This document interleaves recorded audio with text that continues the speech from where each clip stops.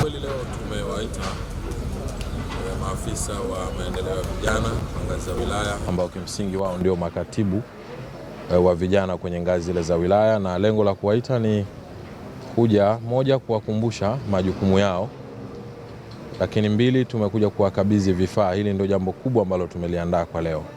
Tumekuja kuwakabidhi vifaa kwa maana vitendea kazi, na mtaona kati ya vifaa ambavyo tumekabidhi kompyuta, tumekabidhi photocopy machine, tumekabidhi printer, tumekabidhi viti pamoja na meza kwa ajili ya utendaji kazi wao wa kila siku katika ofisi ambazo wanahudumia vijana.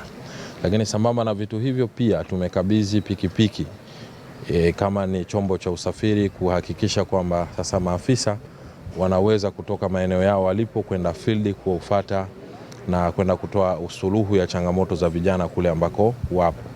Kwa hiyo ukubwa wa siku ya leo ni kukabidhi vifaa vya kutendea kazi na usafiri ili kuweza wao kufika katika maeneo yao ya kazi. Na jambo ambalo sisi tumewahimiza sasa kama wizara ni kuhakikisha vifaa hivi vinaenda kutumika vizuri, lakini zile kazi ambazo tunatarajia kuziona kule zinafanyika zifanyike kweli kweli.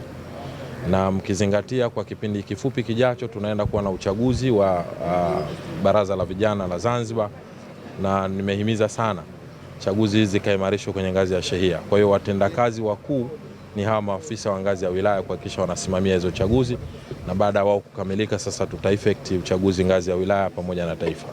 Kwa hiyo vifaa hivi vitaenda pamoja na majukumu mengine pia kusaidia ufanisi wa utendaji kazi hasa katika zoezi la usimamizi wa uchaguzi wa Baraza la Vijana.